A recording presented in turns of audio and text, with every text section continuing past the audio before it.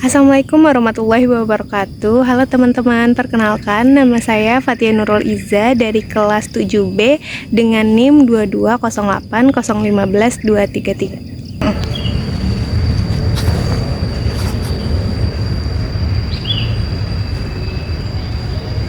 Kamu nonton Stranger Things juga? Iya. Serius? Sumpah, aku udah ngikutin ini dari 2016 pas season 1 kalau nggak salah. Lama banget ya. Wow, aku aja baru suka Stranger Things tuh pas 2019. Kamu paling suka siapa? Aku Max. Aku juga, sumpah. Aku juga. Terus yang kedua aku suka banget sama Steve. Dan sebenarnya aku lebih setuju Steve itu sama si Nancy, si Jujur-Jujur. Iya sih, karena Steve emang makin seasonnya naik tuh, dia entah kenapa karakternya makin bagus. Iya, karakter development bagus banget, Sumpah. sumpah. Keren banget. Kamu tahu nggak sih di Jakarta ada event Stranger Things? Masa sih? Mau datang bareng nggak? Boleh? Serius? Yes, aku ada temen. Oke, nanti aku kabarin kamu lah ya. Siap. Oke. Nah, berdasarkan contoh sebelumnya, kalian ada yang punya pengalaman serupa nggak? Jadi baru kenal atau baru ketemu nih sama orang, tapi obrolannya tuh udah nyambung banget, udah klik, atau kalian ngerasa klop kayak gitu. Nah, kenapa sih hal itu bisa terjadi? Itu yang akan saya bahas hari ini, yaitu atraksi interpersonal. Atraksi berasal dari kata Latin yaitu attrahir. Artinya menuju dan terakhir artinya menarik. Jadi atraksi interpersonal itu rasa tertarik kita terhadap orang lain, bisa karena penampilan, bisa karena fisiknya, bisa juga karena kesamaan minat. Jadi rasa tertarik kita itu sangat mempengaruhi komunikasi kita ke orang lain. Semakin tertarik kita terhadap orang lain, semakin besar kecenderungan kita untuk berkomunikasi dengan dia. Sekarang kita masuk ke faktor-faktor situasional yang mempengaruhi atraksi interpersonal. Yang pertama ada faktor kesamaan karakteristik personal. Kesamaan membuat kita merasa klik sejak awal. Ketika kita kita akan tertarik dengan orang yang punya nilai, sikap, visi misi, pandangan hidup yang mirip dengan kita. Saat merasa memiliki kesamaan, otak kita itu akan memberikan sinyal kalau orang tersebut itu aman dan nyaman untuk kita ajak interaksi. Terus kesamaan ini bisa memudahkan kita dalam berkomunikasi ke orang. Jadi obrolannya akan mengalir menjadi lancar, lebih santai kayak gitu, karena kita memiliki pengalaman dan juga persepsi serta referensi yang sama kayak gitu. Nah, ini tuh membuat kedua belah pihak menjadi lebih dekat walaupun mungkin mereka baru saja kenal atau baru ketemu kayak gitu. Berdasarkan teori kognitif konsistensi, kita cenderung untuk konsisten dalam sikap dan perilaku kita. Jadi kalau misalkan ada ketidakseimbangan atau ketidakkonsistenan, kita akan merasa tidak nyaman dan akan berusaha untuk memperbaiki keadaan tersebut. Misalnya, saya menyukai seseorang, tapi saya tidak menyukai cara pandang dia dalam berpolitik. Misalnya seperti itu. Yang kedua ada tekanan emosional. Ketika seseorang berada dalam kondisi stres atau dalam ketekanan, ia cenderung untuk mencari orang lain yang bisa memberikan dia rasa aman. Dalam kondisi seperti ini, orang lebih cepat untuk tertarik pada orang lain yang tampak peduli dan juga suportif. Selanjutnya, teman-teman, stres juga membuat kebutuhan akan dukungan sosial kita meningkat. Orang-orang yang ada di dalam hidup kita ketika kita dalam kondisi stres atau dalam kondisi tekanan, itu akan kita anggap lebih dekat dibandingkan dengan mereka yang tidak ada saat kita dalam kondisi yang stres. Orang-orang yang pernah mengalami penderitaan yang sama itu akan membentuk kelompok bersolidaritas tinggi. Nah, hal ini tuh terjadi karena adanya kebutuhan emosional yang terpenuhi. Misalnya, saya seorang mahasiswa yang ngerantau, lalu di perantauan saya tidak memiliki teman atau siapapun. Jadi ketika ada orang yang mendekati saya, ingin memacari saya akan lebih mudah untuk menerima karena saya sedang berada di kondisi yang stres dan homesick kayak gitu. Selanjutnya ada harga diri yang rendah. Jika harga diri rendah, keinginan kita untuk bergabung dengan orang lain itu bertambah, teman-teman. Dan ia semakin responsif untuk menerima kasih sayang dari orang lain. Dengan kata lain, jika harga diri kita rendah, kita itu cenderung mudah untuk mencintai orang lain. Misalnya, waktu aku masih jadi mahasiswa baru, aku merasa diri aku tidak cukup pintar dibanding teman-teman. Karena harga diriku rendah, ada perasaan sangat ingin diterima di dalam kelompok pertemanan. Terus suatu hari ada nih laki-laki datang bersikap ramah dan sering memuji aku pintar, aku rajin, atau kayak tugasku tuh baik, bagus, kayak gitu. Nah, gara-gara itu aku jadi merasa dekat dan menganggap kalau laki-laki itu tuh spesial, walaupun sebenarnya kan baru kenal ya. Nah, intinya perhatian kecil itu akan terasa besar dan menimbulkan rasa suka lebih cepat ketika harga diri kita tuh rendah gitu. Faktor selanjutnya ada isolasi sosial. Nah, isolasi sosial itu keadaan dimana seseorang menjauh dari lingkungan atau seseorang yang jarang berinteraksi. Nah, manusia itu kan makhluk sosial ya, teman-teman. Manusia itu secara alami butuh berhubungan dengan orang lain. Mungkin manusia tahan nih hidup terasing beberapa waktu, kayak misalkan waktu kita zaman COVID itu kan kayak lama banget kan kita nggak berinteraksi sama orang. Walaupun awalnya terasa nyaman, menyenangkan, tapi pada akhirnya kita merasa bosan dan kesepian juga kan.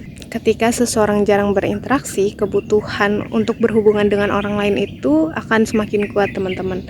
Nah, akibatnya ketika ada orang yang datang dan memberikan perhatian, kita akan mudah tertarik. Nah, ini tuh masih mirip-mirip lah seperti faktor-faktor sebelumnya. Selanjutnya ada faktor-faktor situasional yang mempengaruhi atraksi interpersonal. Yang pertama itu ada daya tarik fisik. Penampilan tuh sering jadi hal pertama yang kita perhatikan dan kita lihat ketika bertemu dengan seseorang. Orang yang menarik secara fisik itu biasanya mendapatkan responnya lebih cepat atau lebih positif kayak gitu. Nah, menarik di sini tuh bukan hanya ganteng dan cantik aja ya, teman-teman, tapi bisa juga soal kebersihan, kerapihan, dan ekspresif wajah kayak gitu. Terus daya tarik fisik tuh mempengaruhi kesan awal kita yang kemudian mewarnai bagaimana kita mempersepsikan kepribadian orang lain. Nah, ini tuh disebut sebagai halo effect. Jadi ketika seseorang terlihat menarik, kita cenderung menganggap ia juga baik, ramah, pintar, atau hal-hal positif lainnya. Nah, terus selain itu, hasil karya orang cantik tuh dinilai lebih baik daripada hasil karya yang serupa dari orang yang dipandang kurang menarik. Kedua, ada ganjaran. Jadi kita tertarik kepada orang yang memberikan manfaat atau ganjaran positif ke diri kita. Ganjaran ini tuh bisa berupa perhatian, dukungan, penerimaan, bantuan, uang, atau juga kenyamanan. Nah, semakin besar ganjaran yang kita terima, semakin besar ketertarikan kita terhadap orang tersebut. Terus ganjaran tiap orang tuh beda-beda ya, teman-teman. Untuk orang yang kaya, mungkin penerimaan sosial tuh lebih berharga daripada uang. Tapi untuk orang yang kurang mampu, ganjaran seperti hal yang bisa mengatasi kesulitan ekonomi itu lebih berharga dibandingkan hubungan yang cuman menambah pengetahuan aja. Faktor situasional yang ketiga ada keakraban. Jadi semakin sering kita melihat seseorang, semakin besar peluang kita untuk merasa tertarik dengan orang tersebut. Ini tuh disebut sebagai mere exposure effect. Jadi sering paparan tanpa interaksi tuh juga dapat menumbuhkan rasa suka. Jadi kedekatan visual itu juga bisa menciptakan atau menimbulkan rasa nyaman. Keakraban menghilangkan perasaan canggung pada awal. Saat seseorang udah sering kita lihat, kita akan merasa lebih aman dan nyaman untuk berkomunikasi dengan dia.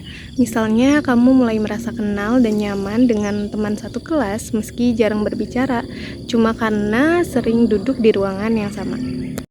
Faktor situasional yang keempat ada kedekatan. Kedekatan fisik, misalnya tinggal di lingkungan yang sama, duduk berdekatan, atau sering berada di tempat yang sama, itu bisa meningkatkan peluang interaksi.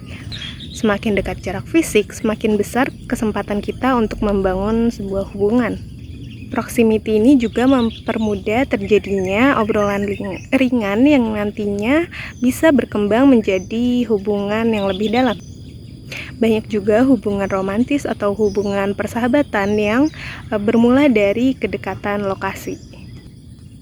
Misalnya teman satu kos atau teman satu meja di tempat kerja itu sangat besar kemungkinan untuk menjadi teman dekat kita karena kita sering ketemu setiap hari. Faktor yang terakhir ada kemampuan. Kita cenderung tertarik pada orang yang kompeten atau ahli di suatu bidang. Orang yang terlihat pintar, terampil, dan berwibawa itu dianggap menarik karena dapat menimbulkan rasa aman dan dapat diandalkan. Jadi ada studi yang menunjukkan bahwa orang yang kompeten yang kadang melakukan kesalahan kecil itu terlihat lebih manusiawi dan relatable. Ini disebut sebagai pratfall effect. Misalnya kita mengagumi teman yang pintar di kelas dan berwibawa, terus kita akan semakin menyukai ketika dia bercanda tentang kesalahannya sendiri. Jadi orang ini akan terlihat manusiawi gitu. Selanjutnya pengaruh atraksi interpersonal pada komunikasi interpersonal. Yang pertama ada penafsiran pesan dan penilaian. Seperti yang sudah dijelaskan sebelumnya, kalau penilaian kita ke orang tuh nggak melulu rasional, tapi dipengaruhi sama aspek emosional juga. Nah, atraksi interpersonal ini bisa mempengaruhi penafsiran dan penilaian kita dalam komunikasi.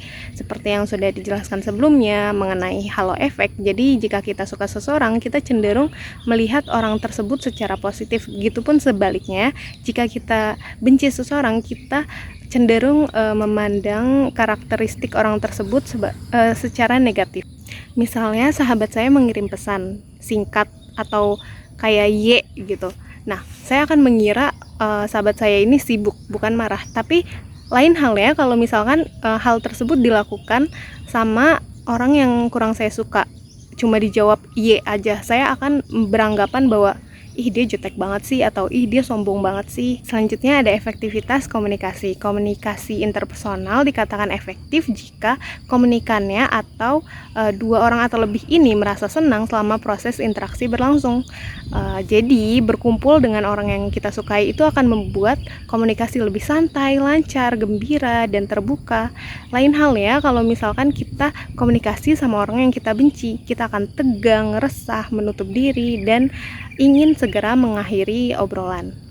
Nah, berdasarkan pemaparan tadi, kita bisa lihat nih kalau atraksi interpersonal tuh nggak terjadi begitu aja, tapi juga ada faktor-faktor seperti pengalaman, kedekatan, kesamaan, dan kualitas interaksi yang membuat kita merasa tertarik dan nyaman dengan seseorang. Pemahaman ini penting supaya kita bisa membangun hubungan yang lebih sehat dan efektif dalam kehidupan sehari-hari.